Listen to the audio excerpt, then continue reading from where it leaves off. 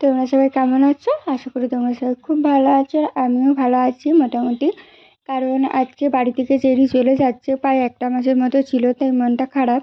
কিন্তু একদিক থেকে ভালো লাগছে, কারণ আমরা চেরির সাথে যাচ্ছি।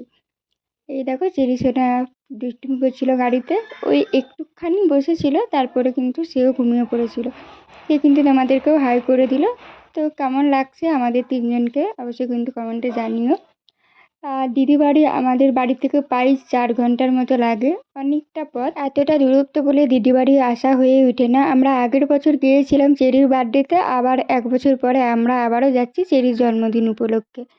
তো যাই হোক, একটা টোলগেট পেরিয়ে গেলাম, আর বেশিক্ষণ না, প্রায় চলেই আসবো।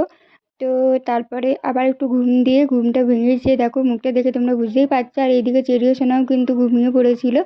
তো এমন জায়গায় ঘুমটা ভেঙেছিল, আর যে কারণে ঘুমটা ভেঙেছিল এই রাস্তার জন্য। রাস্তাটা ভীষণ বাজে ছিল, এতটা রাস্তা বাজে যে মানে গাড়িটা এত নড়ছিল, আমি ঠিকমতো ঘুমোতে পারিনি। তো শেষমেশ আমরা এসে পৌঁছে গেছি। এসে ফ্রেশ ট্রেশ হয়ে খাওয়া দাওয়া করে নিয়েছিলাম। মানে এতটা খারাপ লাগছিল, মানে এতটা রাস্তা জার্নি করে গেলাম, মনে হচ্ছে একটা ঘুম দিই।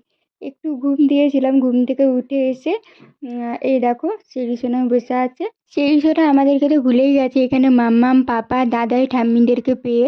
তো যাই হোক, আমাদের কাছে একটু বসেছিল। আর এই দেখো, দিদির কাজে একটু হেল্প করে দিচ্ছিলাম। দিদি বাড়ি এসেছি, দিদির কাজে হেল্প করব না সেটা তো বললে চলে না। যদিও আমি দিদির মানে সমস্ত কিছু কাজ করেও দিই। তো এইদিকে দেখো, দিদি চেরি সোনাকে খাওয়াতে বসে পড়েছে। তো ভিডিওটা এখানেই শেষ করলাম।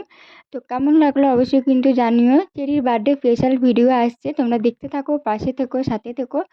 সবাই ভালো থেকো। টাটা।